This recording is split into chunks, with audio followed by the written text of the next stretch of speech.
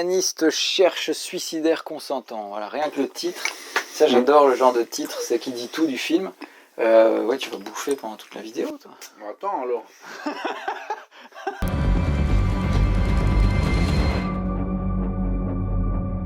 Vampire humaniste cherche suicidaire consentant, c'est le nouveau film de Darian Louis XVI. Bravo. Alors, donc film canadien. Ouais, québécois. Québécois. Ce grand ami à moi était un grand francophone québécois. Et... Là, on est dans, en fait, une idée qui est un peu reprise du film Vampire de Vincent Lanoux, qui s'appelait Vampire et que je viens adorer. Ce sont des bons clients, les vampires. Quand même assez rare des gens qui vous achètent plusieurs cercueils plusieurs fois dans leur vie. Pas besoin de sous pour acheter une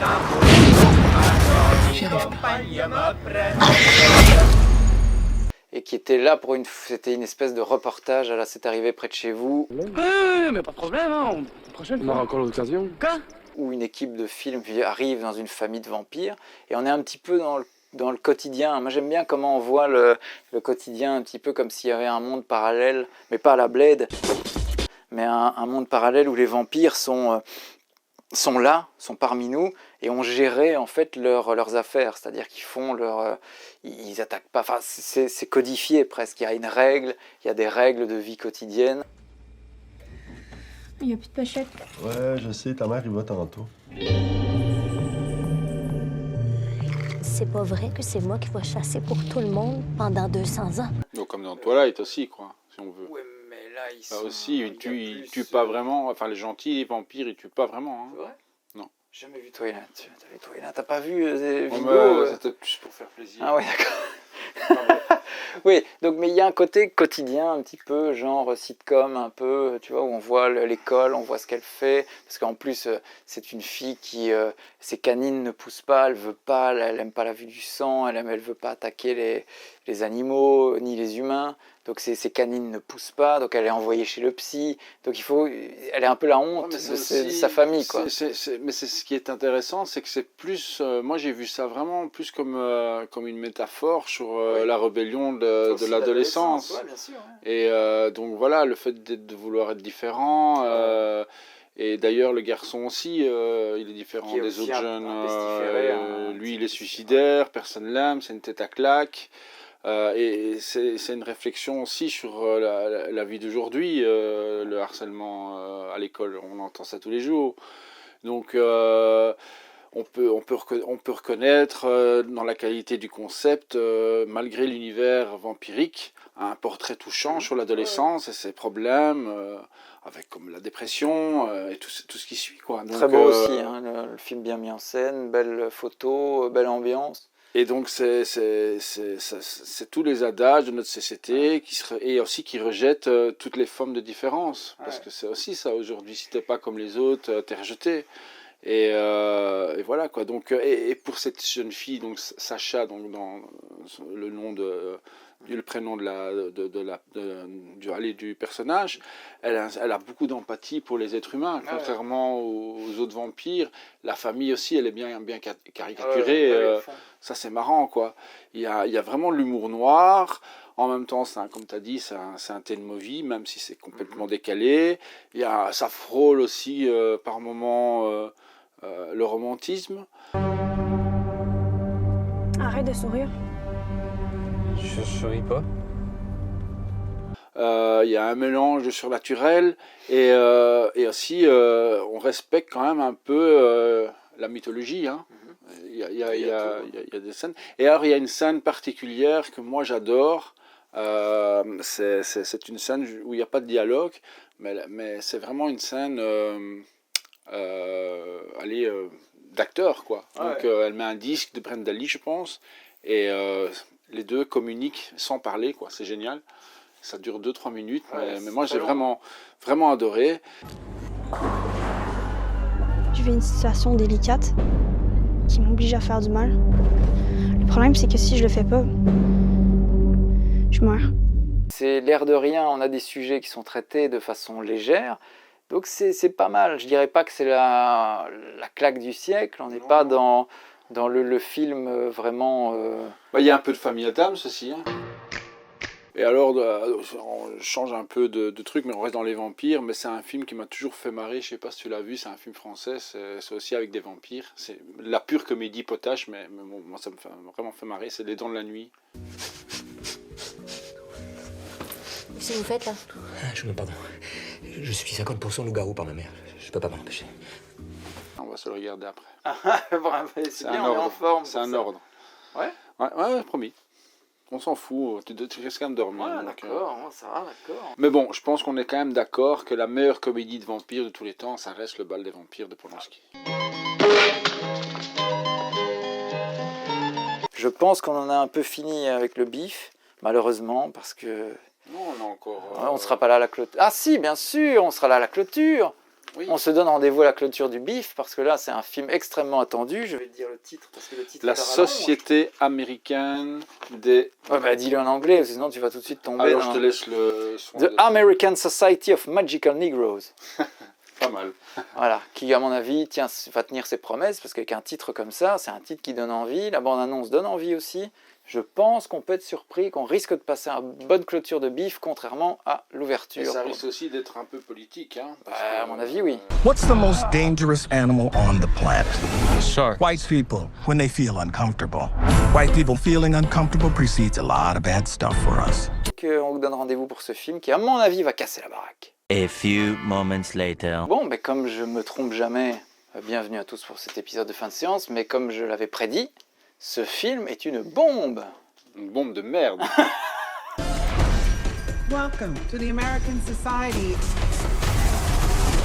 of Magical Negroes. Enfin, je sais pas si c'est correct. Ah, je t'ai rarement eu autant... Non, mais... C'est vraiment dommage, ouais. Un film, enfin on a perdu notre temps quoi, franchement. Là je me suis dit mais pourquoi je regarde ça? J'ai eu envie de... Mais c'est fou parce qu'on va se dire qu'on est vraiment des connards parce que... je sais pas. Mais non mais encore une fois... C'est que notre avis, oui. Bon, non, mais je veux dire le début du film. Très bien. Ouais, c'est toujours comme ça, ces derniers temps. On regarde un film... franchement, les 15-20 premières minutes frôlent la perfection. Je me dis, waouh! T'exagères un peu, mais en tout cas, je me disais, il y a un potentiel. Moi, j'ai bien aimé l'histoire d'amour, ceci dit. L'histoire d'amour m'a... C'est ça qui m'a fait chier, en fait. Non, mais je l'aimais bien, Je voulais qu'ils soient ensemble. Ça m'a fait penser aussi à un film qui s'appelle Il était temps, un film anglais. Rien à voir avec l'histoire, mais au niveau de l'histoire d'amour, il y avait dans ce film anglais, donc About Time, une histoire d'amour contrariée qui débouche sur un truc tragique au possible. Je laisse les gens le soin de regarder ce film. Vous allez être bouleversés, tellement c'est émouvant, parce que ça dit des choses sur la paternité, sur l'amour, sur la vie. Et là, on a cette relation, cette romance qui peut être contrecarrée, parce que, en gros, c'est un type qui est là, qui rentre dans une société magique, qui est destiné à aider les Blancs à mieux supporter les Noirs. Donc, c'est-à-dire que les à assurer le confort des Blancs. Des Blancs, oui. Donc, c'est-à-dire c'est aussi une critique, hein, parce que ça montre qu'il faut leur faire plaisir, sinon ils te tirent dessus. Voilà, tu vois. Ouais, mais c'est pas très bien. C'est mal développé. Au départ, ce film devait être une satire. Et alors après, ça se mélange avec le fantastique. Jusque-là, ça va. Ouais, et puis il y a la comédie, là, c'est ce qui se rajoute. Oh, ok, non, drôle, c'est pas qui n'est pas drôle, voilà. Et alors après, bon là Stéphane, lui, ça le dérange pas, mais moi, il y a ce côté romantique qui se rajoute. Ouais. Et alors le tout, en finale, ça manque de mordant. Ah ouais. La tension du début est assez vite dissipée et tombe rapidement dans l'ennui. Et pour moi, à cause surtout de l'intrigue sentimentale. Et alors la satire, elle perd progressivement son avantage et son originalité. Et les scènes d'humour, comme le rythme n'est pas extraordinaire. Ouais, c'est ça le rythme. C'est le rythme qui fait que l'humour ne marche pas, quoi. Parce que dans les dialogues, là aussi on en revient toujours à une pauvreté des dialogues. C'est-à-dire pourquoi il n'y a pas des dialoguistes? Putain, on parle du vieux cinéma français, mais avant tu avais des dialoguistes qui te faisaient des dialogues aux petits oignons, quoi. Et vous, au moins, vous parlez pas souvent?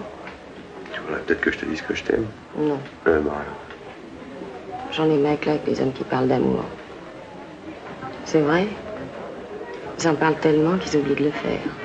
Moi, je suis pas tellement distraite.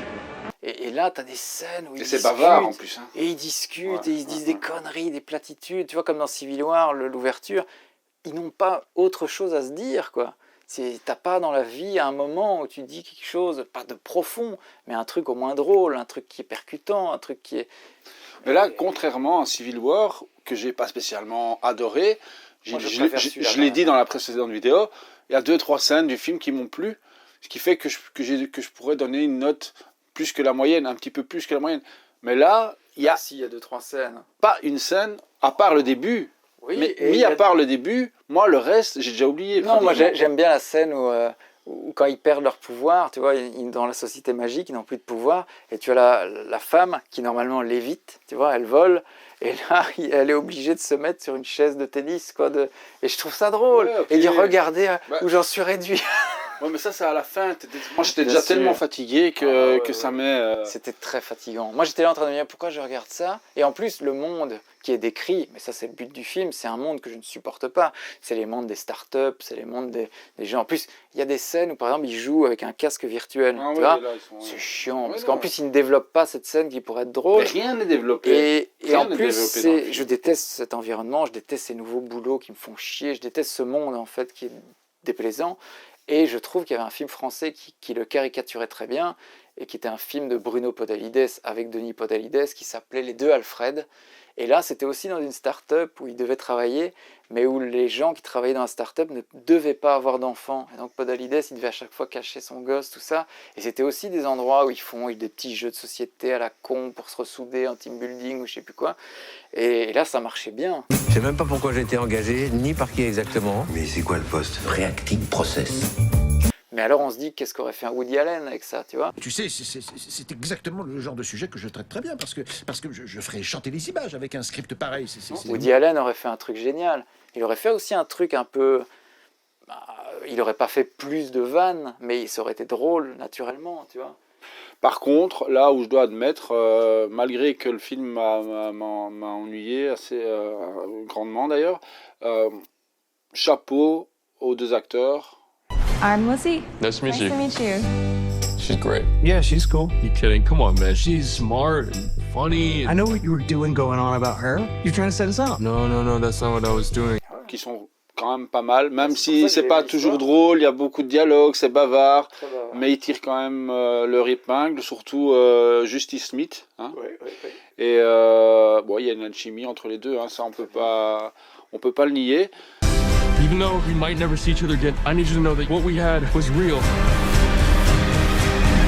Mais voilà, mis à part ça, pour le reste, c'est très mineur, c'est décevant, un titre provocateur où on s'attendait à des choses quand même... Wow. Ouais, t'as dit Spike Lee, c'est vrai que Spike Lee aurait fait un truc extrêmement... C'est un titre à la Spike Lee, hein. Faut le camp dans ton pays, retourne dans ton machin sucette. Mon pays, c'est Brooklyn. Et là, on n'est même pas dans du Spike Lee de fin, tu vois, parce que Spike Lee, maintenant, il a perdu un peu de sa force, mais on n'est même pas à ce niveau-là. Donc, c'est-à-dire, on est encore en dessous du Spike Lee déclinant. Sauf les 15 premières minutes. Oui, qui est mais pour l'idée, hein, qui est vraiment une sublime idée, mais qui n'est pas développée, quoi. Hein, qui est drôle. Il y a des petites références au film, La Ligne Verte, et c'est aussi à L'Arnaqueur, avec Paul Newman, hein, le mec qui joue au billard. Il représente des scènes de films. Là aussi, je passe un peu à côté, parce que l'imitation n'est pas... C'est pas très... Oui, le moment où il touche les couilles, mec, c'est bien. Maintenant, c'est à vous de me toucher les couilles, c'est drôle, ça.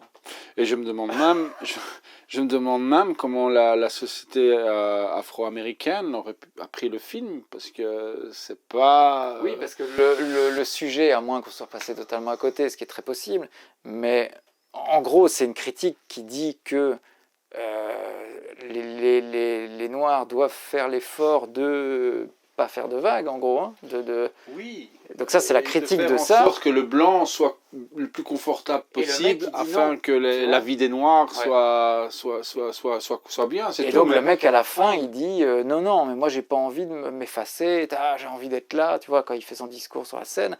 Mais même ce discours-là, tu dis, c'est bien joué, oui, mais il n'y a pas de progression dans sa prise de conscience qu'il ne doit pas faire le jeu des Blancs, quoi, tu vois. Mais moi, ce que j'ai aimé dans le jeu de Justice Smith, c'est sa naïveté. Oui, son côté naïf, ça... Et séducteur aussi, hein. Il y a un côté séduisant aussi. Oui, mais sans le faire exprès. Oui, c'est séduisant bien, quoi, tu vois. c'est un beau mec, mais qui est pas... Pas sûr de lui. Ouais.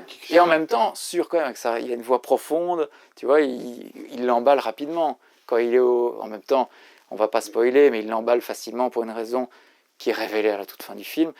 Connerie d'ailleurs, parce qu'alors la romance, c'est un peu moins bien. Mais il l'emballe magnifiquement. Tu vois, là aussi, la relation, comment il dit « Non, je regardais si il n'y avait pas de tâches, machin, tout ça, c'est une belle drague, quoi. » Joli. Ouais, mais c'était. Mais ouais, le rôle lui convient très bien en fait. Ouais. Ça c'est clair. Ouais. En fait, c'est lui qui sauve un peu pour moi le film. Mais toujours sur le même ton. Sauvé, mais toujours sur le même ton. Donc je veux dire, à partir du moment où j'ai bien compris son jeu, au bout d'un moment, comme il n'évolue pas, il m'ennuie un peu. Donc il m'a un peu ennuyé. C'est pas sa faute non plus. C'est pas sa faute, non. Ça, c'est le réalisateur. Enfin bon. Bon, je me suis trompé quoi. Pour le dernier jour, on aurait pu trouver mieux, mais bon. Curious to see how you gonna make it out of all this. Je suis guidé de voir de mauvais films parce qu'on peut en parler comme ça. Oui, et vous empêcher de perdre votre temps. Oh, ça. I don't really understand. It's easier to show you. Merci beaucoup pour ce bif, c'était formidable. C'est notre premier bif en tant que fin de séance. C'est pas notre premier bif en tant que nous, mais c'est notre premier bif en tant que chaîne YouTube. Si vous avez aimé, vous likez, vous commentez. Si vous n'avez pas aimé, vous délikez, vous commentez en faisant des doigts partout. Hein, parce qu'il y a les gens de Groland qui sont venus au bif, donc il y a le gros doigt. C'est la marque du Groland, c'est le gros doigt. Donc faites-nous un gros doigt, plein de gros doigts. Et on se retrouve pour plein de vidéos avec Kevin Costner, avec les Mad Max qui vont débarquer, avec bien sûr les Stephen King qu'on vous a promis mais qui n'arrivent toujours pas, mais qui vont arriver. Et on vous donne rendez-vous, je pense, prochainement. À mon avis, ce sera une interview de Fabio Frizzi qu'on vous sortira, je crois, parce que là, on en a fini avec le bif. Qui est le compositeur des films de Lucio Fulci.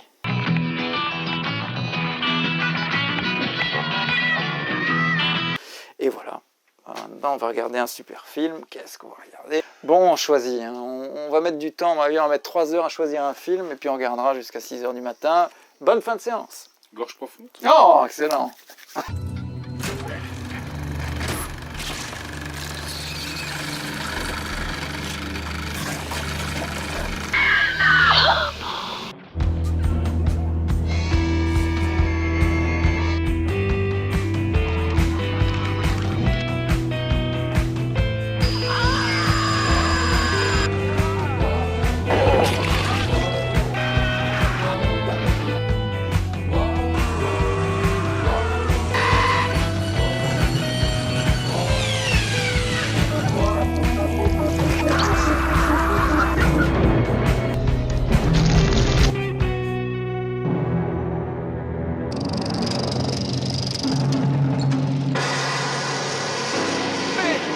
Coupez!